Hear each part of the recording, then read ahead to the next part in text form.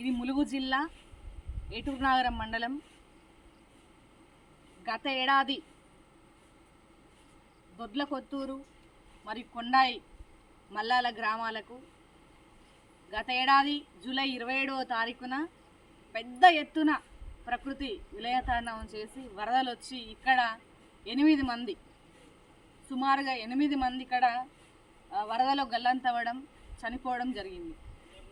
ఆ తర్వాత ఎన్నికలు రావడం, ఎన్నికలు వచ్చి ఎన్నికలలో కాంగ్రెస్ ప్రభుత్వము విన్ అవ్వడం, అప్పటి నుంచి ఇప్పటి వరకు మీరు చూసినట్టయితే అప్పుడు ఇదే బ్రిడ్జ్ దగ్గరికి వచ్చి ఇప్పుడు ఉన్నటువంటి మంత్రి సీతమ్మ ఇదే బ్రిడ్జ్ దగ్గరికి వచ్చి నేనేం చేయలేకపోయానని చెప్పేసి కన్నీళ్లు పెట్టుకున్నది.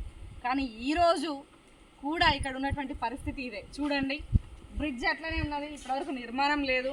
తాత్కాలికంగా ఏదో వాక్వే వేస్తామని చెప్పేసి 30-35 లక్షలు సుమారుగా 40 లక్షల దాకా ఖర్చు పెట్టి అది కూడా చిన్న వరదకు కొట్టుకుపోయింది. ప్రజాధనాన్ని వృధా చేస్తున్నారు తప్పితే ఇక్కడ ప్రజలకు ఎటువంటి ఉపయోగం లేదు.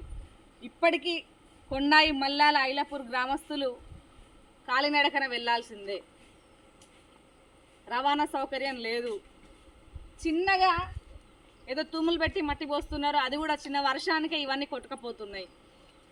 ఈ ప్రజల ఓట్లు ఈ ప్రభుత్వానికి అవసరమైనవి కానీ ఈ ప్రభుత్వ సేవలు ఈ ప్రజలకు, ఈ కొండాయి మల్లాల దొడ్ల ప్రజలకి అందుబాటులోకి రావటం లేదు. దయచేసి ఈ ప్రభుత్వాన్ని మేము కోరేది ఒకటే, ఈ ప్రజల రక్తాన్ని పీల్చుక తినడం కాదు, ఈ ప్రజల మంచి కోసం ఆలోచించండి, ఈ ప్రజల బాగోగుల కోసం ఆలోచించండి. దయచేసి ఈ బ్రిడ్జ్ నిర్మించండి. మీరు చెప్పిన మాటలను నిలబెట్టుకోండి. ఇప్పటికీ ఏడాది గడిచిపోతుంది, ఇంకా కూడా మీకు సోయి లేదా? ఎందుకు సోయి తెచ్చుకుంటలేరు? 8 మంది ప్రాణాలు పోయినాయి, మీ కళ్ళతో మీరు చూసిండ్రు. అప్పుడు ఏడ్చిన ఏడుపు ఇప్పుడు గుర్తుకొస్తలేదా? ఈ పని చేయాలన్న దాని మీద రావట్లేదా? ఎందుకు ఇట్లా ప్రజలను మోసం చేస్తూ ఉన్నారు? ఏడాది గడిచినా కూడా ఎటువంటి సోయి లేకుండా ఎలా ఉండగలుగుతున్నారు అని చెప్పేసి బీఆర్ఎస్ పార్టీ ములుగు నియోజకవర్గ ప్రతినిధిగా నేను అడుగుతా ఉన్నాను. ప్రజలారా, ఒక్కసారి ఆలోచించండి.